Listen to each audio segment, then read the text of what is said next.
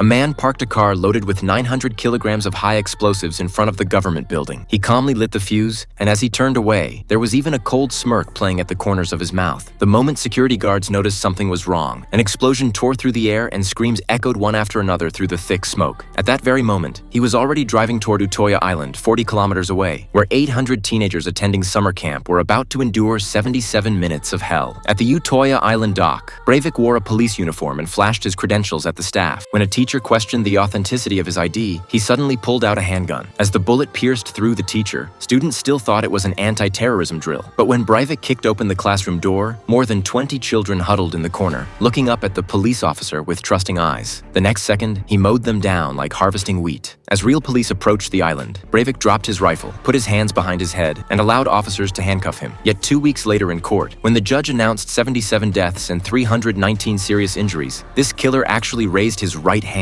The entire courtroom erupted as he stated in a calm voice that he was simply saving souls. But the law had no death penalty, and even life imprisonment was rare. Breivik was ultimately sentenced to 21 years, already the country's maximum penalty. Even more controversial was Halden Prison, where he served his time, featuring a 250-square-foot private suite with a fully equipped gym, library, and game room. He was even allowed to grow vegetables and keep pets. When media exposed his comfortable prison life of writing novels and learning English, victims' families broke down crying outside the courthouse.